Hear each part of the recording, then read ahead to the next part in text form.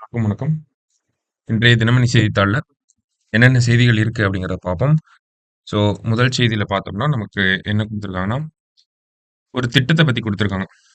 "பசுந்தாள் உர விதைகளை அளிக்க மண்ணுயிர் காத்து மண்ணுயிர் காப்போம் திட்டம்" அப்படின்னு சொல்லி குடுத்துருக்காங்க. அதாவது நம்மளுடைய வேளாண் நிதிநிலை அறிக்கை 2024ல என்ன சொல்லியிருந்தாங்க அப்படின்னா, ஒரு முக்கியமான திட்டத்த பத்தி சொல்லியிருந்தாங்க. அதுதான் இந்த சிஎம் எம்கேஎஸ் அப்படிங்கிற இந்த திட்டம். ஓகேங்களா? அதுதான் இந்த திட்டம். ஓகேங்களா? முதலமைச்சரின் முதலமைச்சரின் "மண்ணுயிர் காத்து, மண்ணுயிர் காப்போம்" அப்படிங்கிற இந்த திட்டம். ஓகேவா? இதுக்கு கீழ என்ன பண்றாங்கன்னா, கெமிக்கல் ஃப்ரீ அக்ரிகல்ச்சர் பிராக்டிசஸ். ஓகேவா? கெமிக்கல் ஃப்ரீ அக்ரிகல்ச்சரல் பிராக்டிசஸ ப்ரமோட் பண்றாங்க.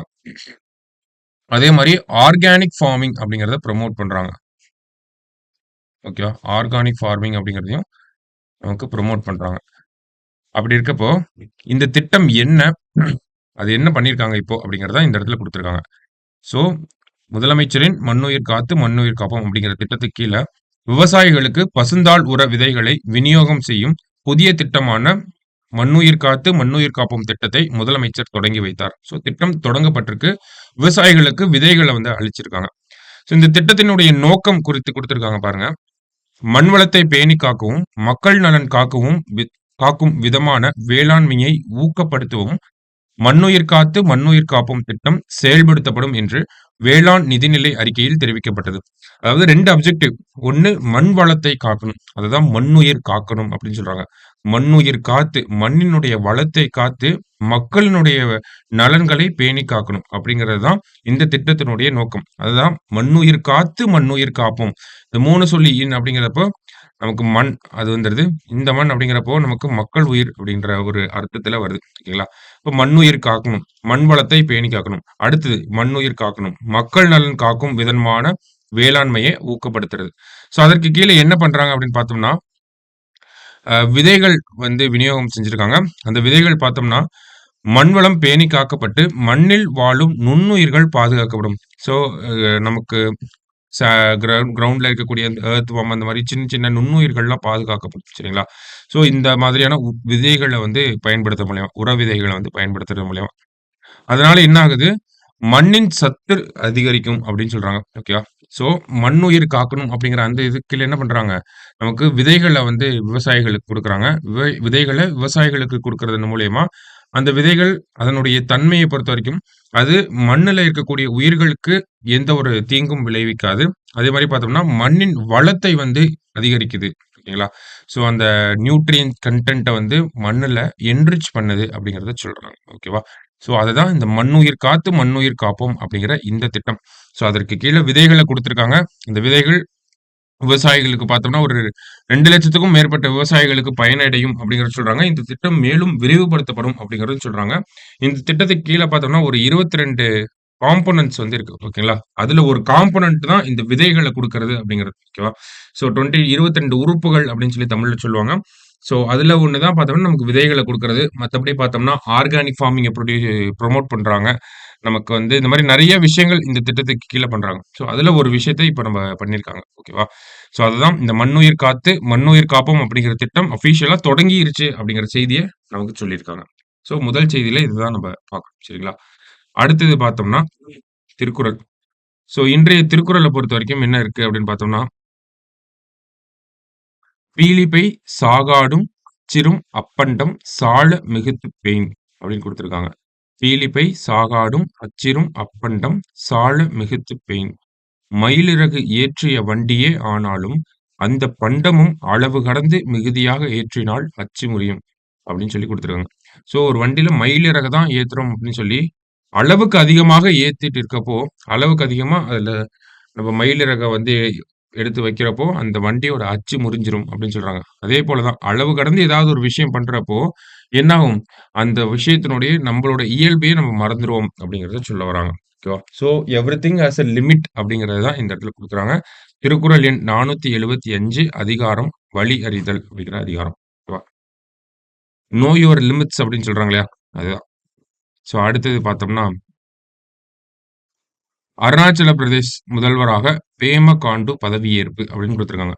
ஸோ நமக்கு 18வது மக்களவை தேர்தலோடயே சேர்த்து என்ன ஆகுது? நமக்கு ஒரு 4 மாநிலங்களுக்கு ஆந்திர பிரதேஷ், அருணாச்சல் பிரதேஷ், ஒடிசா அண்ட் சிக்கிம் இங்கெல்லாம் பார்த்தோம்னா சட்டமன்ற தேர்தலும் நடக்குது. சட்டமன்ற தேர்தல் அப்படிங்கிறப்போ எம்.எல்.ஏக்கான எலக்ஷன் அப்படிங்கிறதும் நடக்குது. ஓகேங்களா?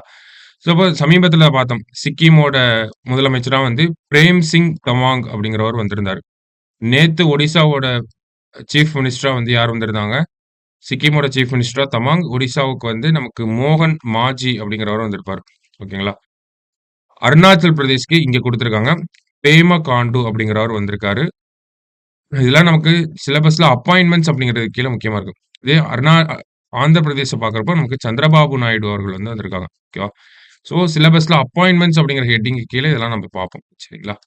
ஸோ 4 ஸ்டேட் அதனுடைய முதலமைச்சர்கள தான் நம்ம இந்த இடத்துல பார்த்திருக்கோம். ஸோ அடுத்த செய்தியில பார்த்தோம்னா, இந்தியாவ பத்தின ஒரு தரவரிசை குடுத்திருக்காங்க. உலகளாவிய பாலின ஏற்றத்தாழ்வு குறியீடு. இந்த பேப்பர்லயே முக்கியமான நியூஸ்னா இதுதான். ஓகேங்களா? இன்னைக்கு பேப்பர்லயே. ரொம்ப ரொம்ப முக்கியமான ஒரு news. Global gender gap report அப்படின்னு சொல்றோம். ஓகேங்களா? Global gender gap report. இந்த ரிப்போர்ட்ட யாரு ரிலீஸ் பண்றாங்க அப்படின்னு பார்த்தோம்னா, வேர்ல்ட் எக்கனாமிக் ஃபோரம் இவங்க தான் வந்து ரிலீஸ் பண்றாங்க. ஓகேவா? குளோபல் ஜெண்டர் கேப் ரிப்போர்ட் அப்படின்னு சொல்றோம். இந்த ரிப்போர்ட்ட எத பேஸ் பண்ணி விடுறாங்க? ஒரு ரிப்போர்ட் இருக்குன்னா, அது வந்து ஒரு சில இண்டிகேட்டர்ஸ வச்சு தான் கால்குலேட் பண்ணி இந்தியாவோட ரேங்க் இவ்ளோ, வேர்ல்டுல ஃபர்ஸ்ட்டா இவங்கலாம் இருக்காங்க அப்படின்னு சொல்லுவாங்க. அப்ப என்ன மாதிரியான இண்டிகேட்டர்ஸ பேஸ் பண்ணி சொல்றாங்க அப்படின்னா, 4 இண்டிகேட்டர்ஸ் இருக்கு. 1 ஹெல்த். ஓகேவா? அடுத்தது பார்த்தோம்னா எஜுகேஷன். ஹெல்த், எஜுகேஷன், எக்கானமி, பொருளாதாரம். ஒரு தனிநபருடைய பொருளாதாரம். அடுத்தது பார்த்தோம்னா, நமக்கு பார்ட்டிசிபேஷன் இன் பாலிடிக்ஸ். ஓகேவா? Political participation.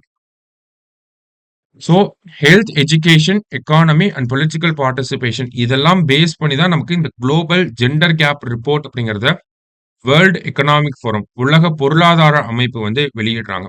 அந்த வகையில இந்த வருஷத்துக்கான தரவரிசை அப்படிங்கிறது வெளியிடப்பட்டிருக்கு. அதுல முதல் 5 இடங்கள்ல யாரெல்லாம் இருக்காங்க அப்படின்னு பார்த்தோம்னா, Iceland, Finland, Norway, New Zealand and Sweden. ஓகேவா? Iceland, Finland, Norway, New Zealand and Sweden. ஓகேவா? முதல் 5 இடங்கள்ல இவங்கலாம் இருக்காங்க. இப்ப இந்தியாவோட ரேங்க் என்ன அப்படின்னு பார்த்தோம்னா, இந்தியா 129வது நாடா இருக்கு. மொத்தமா பார்த்தோம்னா ஒரு 146 நாடுகள் தான் இருக்காங்க. ஸோ 146 நாடுகள்ல 129வது நாடா நம்ம இருக்கோம். ஓகேங்களா? அப்ப ஜெண்டர் கேப் அப்படிங்கிறது இந்தியாவுல எக்ஸ்ட்ரீமா இருக்கு அப்படிங்கிறத நம்மளால புரிஞ்சுக்க முடியுது. அது மட்டும் இல்லாம உலகளாவிய அளவுல இந்த ஜெண்டர் கேப் எப்ப கம்மியாகும் அப்படிங்கிறத சொல்லியிருப்பாங்க. ஓகேவா? தற்போதைய வேகத்தில் பாலின சமத்துவத்தை முழுமையாக எட்ட 134 ஆண்டுகள் அதாவது 5 தலைமுறைகளாகும் என்று உலக பொருளாதார அமைப்பு தெரிவித்துள்ளது அப்படிங்கிறத குடுத்திருக்காங்க. அதாவது இப்ப இருக்கக்கூடிய ஒரு ஸ்டேட் ஆஃப் டெவலப்மென்ட்ல வேர்ல்டு இருந்துச்சு அப்படின்னா, இந்த ஜெண்டர் கேப் அப்படிங்கிறது கம்மியாயி, ஜெண்டர் ஈக்வாலிட்டி அததான் பாலின சமத்துவம் அப்படின்னு சொல்றாங்க. இந்த ஜெண்டர் ஈக்வாலிட்டி அப்படிங்கிறது எப்போ வரும் அப்படின்னு பார்த்தோம்னா, இப்போலிருந்து ஒரு 134 வருஷத்துல நமக்கு ஜெண்டர் ஈக்வாலிட்டி பாலின சமத்துவம் அப்படிங்கிறது வந்துரும்னு சொல்றாங்க. ஓகேவா? அதுக்கு ஒரு 5 தலைமுறைகளாவது ஆகும் அப்படிங்கிறதையும் சொல்லியிருக்காங்க. ஓகேவா? இப்ப ஜெண்டர் ஈக்வாலிட்டி அப்படிங்கிறது வரதுக்கு 134 இயர்ஸ் ஆகும் அப்படிங்கிறத யார் சொன்னாங்கன்னா, ஜெண்டர் கேப் ரிப்போர்ட்ல வேர்ல்ட் எக்கனாமிக் ஃபோரம் நமக்கு குடுத்திருக்காங்க. ஸோ இந்த கன்டென்ட்ல நமக்கு முக்கியமான கன்டென்ட் பிரிலிம்ஸ்லயும் யூஸ் ஆகும், மெயின்ஸ்லயும் யூஸ் ஆகும். நெறைய இடங்கள்ல நம்ம இதெல்லாம் யூஸ் பண்ணிக்கலாம். ஸோ டேட்டாவ நல்லா நோட் பண்ணி வச்சுக்கோங்க. சரியா? முக்கியமான விஷயம் இன்னைக்கு நியூஸ் பேப்பர்ல இதுதான் ரொம்ப இம்பார்ட்டன்ட்டான ஒரு விஷயம். ஓகேவா? ஸோ மத்தபடி பார்த்தோம்னா, இன்றைய செய்தித்தாள்ல எக்ஸாம் பாயிண்ட் ஆஃப் வியூல எடுத்துக்கிற அளவுக்கு வேற எந்த நியூஸஸும் இல்ல. சரிங்களா? குளோபல் ஜெண்டர் கேப் ரிப்போர்ட்ட நல்லா பார்த்து வச்சுக்கோங்க. நாளைக்கு செய்தித்தாள் வாசிப்புல சந்திக்கலாம். நன்றி.